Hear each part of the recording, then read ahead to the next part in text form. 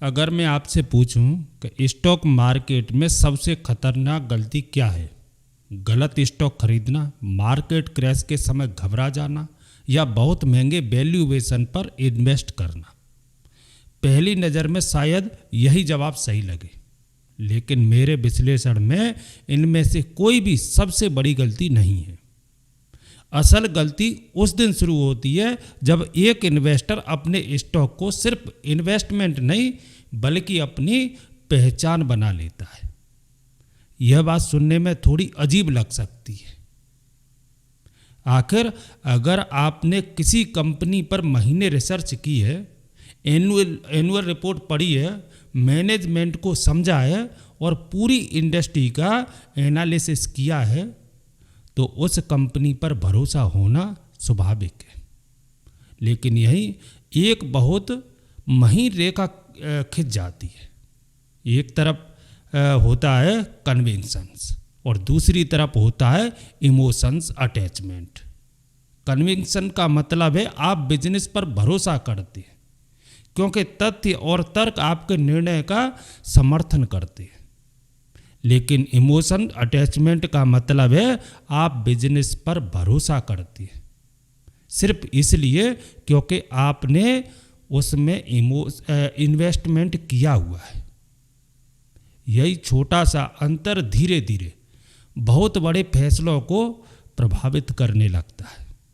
मेरे विश्लेषण में ज़्यादातर इन्वेस्टर्स स्टॉक खरीदने से पहले एक एनालिस्ट की तरह सोचते हैं, लेकिन इन्वेस्टमेंट करने के बाद वे एक लॉयर की तरह व्यवहार करने लगते हैं। पहले वे कंपनी की कमियां ढूंढते हैं, लेकिन बाद में उन्हीं कमियों का बचाव करने लगते हैं। सबसे दिलचस्प बात यह है कि उन्हें खुद भी इसका एहसास नहीं होता। यही ह्यूमन साइकोलॉजी की सबसे बड़ी ताकत है। हम सच खोजने से ज़्यादा अपने पुराने फैसलों को सही साबित करना चाहते हैं। इसी वजह से दो इन्वेस्टर्स एक ही कंपनी, एक ही फाइनेंशियल रिपोर्ट और एक ही न्यूज़ पढ़ती है, फिर भी दोनों का निष्कर्ष बिल्कुल अलग होता है। एक इन्वेस्टर कहता है कि बिजनेस बदल रहा है, मुझे दोबारा एनालिसिस करना चाहिए। दूसरा इन्वेस्टर कहता है मार्केट गलत है, मेरी कंपनी नहीं। अब सवाल यह है कि हमारे दिमाग में ऐसा क्या होता है कि एक इन्वेस्टमेंट धीरे धीरे हमारी पहचान बन जाता है। क्यों? हम अपने पोर्टफोलियो के स्टॉक की कमियां देखना ही बंद कर देते हैं। और क्यों कई इन्वेस्टर्स सिर्फ उम्मीद के भरोसे गिरते हुए स्टॉक को बरसों तक होल्ड करते रहते हैं? इन सभी सवालों का जवाब बिहेवियरल फाइनेंस के कुछ महत्वपूर्ण सिद्धांतों में छिपे हैं और इन्हें समझना कई बार फाइनेंशियल स्टेटमेंट पढ़ने से भी ज़्यादा ज़रूरी होता है, क्योंकि स्टॉक मार्केट की सबसे कठिन लड़ाई दूसरों से नहीं अपने ही दिमाग से होती है। अब सवाल यह है कि आखिर वह पहला पल कौन सा होता है जहां एक लॉजिकल इन्वेस्टर धीरे धीरे इमोशनल इन्वेस्टर बनना शुरू कर देता है। मेरे विश्लेषण में यह बदलाव उस दिन नहीं आता जब स्टॉक गिरता है। यह बदलाव उस दिन शुरू होता है जिस दिन आप उस स्टॉक के मालिक बनते हैं। बिहेवियरल फाइनेंस में इसे ओनरशिप बायस कहा जाता है। इसका मतलब बहुत आसान है, जिस चीज़ के मालिक हम बन जाते हैं उसकी वैल्यू हमें पहले से ज़्यादा अच्छी लगने लगती है। इसे एक आसान उदाहरण से समझिए। मान लीजिए आप एक घर खरीदने जा रहे हैं। खरीदने से पहले आप उसकी हर कमी ढूंढेंगे। लोकेशन सही है या नहीं, कंस्ट्रक्शन मजबूत है या नहीं, प्राइस उचित है या नहीं, क्योंकि उस समय आपका उद्देश्य सही फैसला लेना होता है। लेकिन अब सोचिए, अगर वही घर आपने खरीद लिया और अगले ही दिन कोई उसकी कमियां बताने लगे, तो क्या आपका रिएक्शन पहले जैसा रहेगा? शायद नहीं। अब आप उसकी खूबियां बताना शुरू कर देंगे। घर नहीं बदला, लेकिन उसे देखने का आपका नज़रिया बदल गया। स्टॉक मार्केट में भी बिल्कुल यही होता है। जब तक कोई कंपनी आपकी वॉच लिस्ट में होती है, आप उसके रिस्क भी देखते हैं और अपॉर्चुनिटी भी। लेकिन जैसे ही वही कंपनी आपके पोर्टफोलियो का हिस्सा बनती है, आपका ब्रेन उसे बचाने की कोशिश करने लगता है। अगर क्वार्टरली रिजल्ट कमज़ोर आए तो आप कहती हैं यह सिर्फ एक टेम्परेरी प्रॉब्लम है। अगर मैनेजमेंट कोई गलत फैसला ले तो आप सोचते हैं इतनी बड़ी कंपनियां संभाल लेगी। अगर स्टॉक 30% गिर जाए तो आप कहती हैं इसकी असली वैल्यू तो अभी भी वही है। ध्यान दीजिए, इसमें से कोई भी बात हर स्थिति में गलत नहीं होती, लेकिन समस्या तब शुरू होती है जब हम हर नई इन्फॉर्मेशन को निष्पक्ष नज़र से देखने के बजाय अपने पुराने फैसले के चश्मे से देखने लगते हैं। मेरे विश्लेषण में यहीं अधिकांश इन्वेस्टर की ग्रोथ रुक जाती है। वे कंपनी का एनालिसिस नहीं कर रहे होते, वे अपने ही फैसले का बचाव कर रहे होते हैं। और यही ओनरशिप बायस धीरे धीरे एक और खतरनाक मनोवैज्ञानिक जाल की शुरुआत करता है। एक ऐसा जाल जो इन्वेस्टर को सिर्फ वही बातें सुनने पर मजबूर करता है जो उसके पुराने फैसले को सही साबित करे। बिहेवियरल फाइनेंस में इसे कन्फर्मेशन बायस कहा जाता है और यही हम आगे समझेंगे। ओनरशिप बायस के बाद एक और मनोवैज्ञानिक जाल धीरे धीरे हमारे फैसलों पर असर डालने लगता है। मेरे विश्लेषण में यही वो बायस है जिसकी वजह से कई अच्छे इन्वेस्टर्स भी लंबे समय तक औसत रिटर्न हासिल करते हैं। इसका नाम है कन्फर्मेशन बायस। अगर आपने कभी किसी स्टॉक में इन्वेस्ट किया है तो एक बात याद कीजिए, इन्वेस्टमेंट करने के बाद आपने यूट्यूब या इंटरनेट पर क्या खोजा था? यह स्टॉक भविष्य में अच्छा प्रदर्शन क्यों कर सकता है? बेहतरीन लॉन्ग टर्म स्टॉक कौन सा है?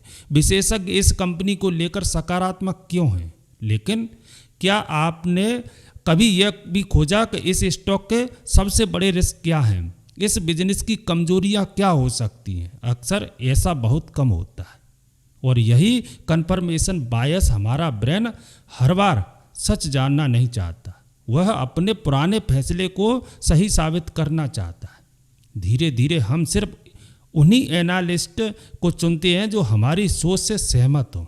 हम वही रिपोर्ट्स पढ़ते हैं जो हमें अच्छा महसूस कराए, लेकिन मार्केट को हमारी उम्मीदों से कोई फर्क नहीं पड़ता। आखिरकार मार्केट बिजनेस की वास्तविक गुणवत्ता और प्रदर्शन को महत्व देता है।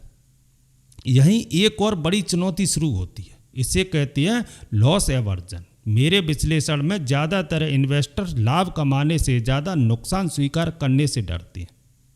मान लीजिए आपने कोई स्टॉक 1000 रुपये पर खरीदा, कुछ महीने बाद वह 700 पर आ गया। अब आपका पूरा ध्यान बिजनेस की गुणवत्ता पर नहीं रहता, आपका ध्यान अपनी बाइंग प्राइस पर टिक जाता है। आप सोचते हैं बस 1000 तक वापस आ जाए फिर मैं बेच दूंगा। लेकिन एक सवाल खुद से पूछिए, क्या मार्केट को यह पता है कि आपने यह स्टॉक 1000 पर खरीदा था? बिल्कुल नहीं। मार्केट आपकी बाइंग प्राइस को नहीं, आज बिजनेस की वास्तविक स्थिति को देखता है। यही अनुभवी इन्वेस्टर अलग तरह से सोचते हैं। वे खुद से सिर्फ एक सवाल पूछते हैं, अगर आज मेरे पोर्टफोलियो में यह स्टॉक नहीं होता तो क्या मैं इसे आज के प्राइस पर खरीदता? अगर जवाब हाँ है तो होल्ड करना तर्कसंगत फैसला हो सकता है। लेकिन अगर जवाब नहीं है और फिर भी आप सिर्फ पुराने नुकसान की वजह से उसे होल्ड किए हुए हैं तो शायद फैसला तर्क नहीं, भावनाएं ले रही हैं। और यही भावनाएं कई बार सालों की कंपाउंडिंग की ताकत को कमज़ोर कर देती है। लेकिन सवाल यह है, क्या कोई ऐसा फ्रेमवर्क है जो हमें इन मनोविज्ञान जाल से बचा सके? मेरे विश्लेषण में हाँ, और वही फ्रेमवर्क एक सामान्य इन्वेस्टर को एक अनुशासित लॉन्ग टर्म इन्वेस्टर में बदल सकता है। तो अब सबसे बड़ा सवाल, अगर ओनरशिप बायस, कन्फर्मेशन बायस और लॉस एवर्जन हर इंसान के दिमाग का हिस्सा हैं तो प्रोफेशनल इन्वेस्टर्स इनसे बचते कैसे हैं? क्या वे इमोशनल्स महसूस नहीं करते? बिल्कुल करती है। उन्हें भी प्रॉफिट अच्छा लगता है और लॉस बुरा। लेकिन मेरे विश्लेषण में सफल इन्वेस्टर्स की सबसे बड़ी ताकत उनकी इंटेलिजेंस नहीं, बल्कि उनका डिसीजन मेकिंग फ्रेमवर्क होता है। वे किसी स्टॉक से प्यार नहीं करते, वे सिर्फ बिजनेस का निष्पक्ष मूल्यांकन करते हैं। यही वजह है कि वे समय समय पर अपने पोर्टफोलियो को एक नए नज़रिए से देखते हैं। वे खुद से एक बहुत कठिन सवाल पूछते हैं, अगर आज मेरे पोर्टफोलियो में यह स्टॉक नहीं होता तो क्या मैं इसे आज के प्राइस पर खरीदता? यह सवाल सुनने में बहुत छोटा लगता है, लेकिन कई बार यही एक सवाल बहुत बड़ी गलतियों से बचा सकता है, क्योंकि इस सवाल में इमोशनल की नहीं, सिर्फ लॉजिक की जगह होती है। मेरे विश्लेषण में हर लॉन्ग टर्म इन्वेस्टर को साल में कम से कम एक बार अपनी इन्वेस्टमेंट थीसिस दोबारा पढ़नी चाहिए। उसे खुद से पूछना चाहिए, क्या कंपनी का बिजनेस पहले से ज़्यादा मजबूत हुआ है? क्या मैनेजमेंट आज भी उतना ही भरोसेमंद है? क्या इंडस्ट्री का भविष्य अब भी उतना ही आकर्षक दिखाई देता है? और सबसे महत्वपूर्ण सवाल, क्या मैं इस स्टॉक को तथ्यों की वजह से होल्ड कर रहा हूं या सिर्फ इसलिए क्योंकि यह मेरे पोर्टफोलियो में पहले से मौजूद है? याद रखिए, लॉन्ग टर्म इन्वेस्टिंग का मतलब हर स्टॉक को आंख बंद करके वर्षों तक होल्ड करना नहीं है। इसका असली मतलब जब तक आपकी इन्वेस्टमेंट थीसिस सही है तब तक धैर्य बनाए रखना, लेकिन जिस दिन तथ्य बदल जाएं उस दिन अपना फैसला बदलने से भी नहीं डरना चाहिए, क्योंकि मार्केट किसी इन्वेस्टर के अहंकार को नहीं बल्कि सही फैसले को महत्व देता है। शायद यही कारण है कि दुनिया के सफल इन्वेस्टर्स अपने पोर्टफोलियो से इमोशनल अटैचमेंट नहीं रखते, वे इंटेलिजेंस ऑनेस्टी को ज़्यादा महत्व देती है। वे गलत होने से नहीं डरते, वे इस बात से डरते हैं कि कहीं वे गलत साबित होने के बाद भी अपनी राय बदलने से इनकार न कर दें। तो अगली बार जब आप अपना पोर्टफोलियो खोलें तो सिर्फ यह मत देखिए कि कौन सा स्टॉक प्रॉफिट में और कौन सा लॉस में। 1 मिनट रुकिए और खुद से सिर्फ एक सवाल पूछिए, अगर आज मेरे पास सिर्फ कैश होता तो क्या मैं इन्हीं कंपनी को आज फिर से खरीदता? अगर जवाब हाँ है तो संभव है कि आपका फैसला रिसर्च और तथ्यों पर आधारित है, लेकिन अगर जवाब नहीं है तो शायद समय आ गया है कंपनियों को नहीं, अपनी सोच को रिव्यू करने का, क्योंकि आखिर में स्टॉक मार्केट की सबसे बड़ी कंपटीशन दूसरे इन्वेस्टर से नहीं होती, सबसे बड़ी कंपटीशन अपने ही इमोशन से होती है। और जिस दिन आपने अपने इमोशनल पर नियंत्रण रखना सीख लिया, उसी दिन आप सिर्फ बेहतर स्टॉक नहीं चुनेंगे बल्कि ज़्यादा समझदारी से बेहतर इन्वेस्टमेंट डिसीजन लेना भी शुरू कर देंगे। यह वीडियो केवल शैक्षणिक उद्देश्य के लिए बनाया गया है।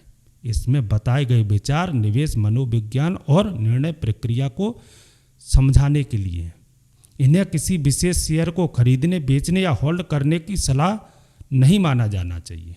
तो आज के वीडियो में बस इतना ही, मिलते हैं अगले वीडियो में, तब तक के लिए जय हिंद।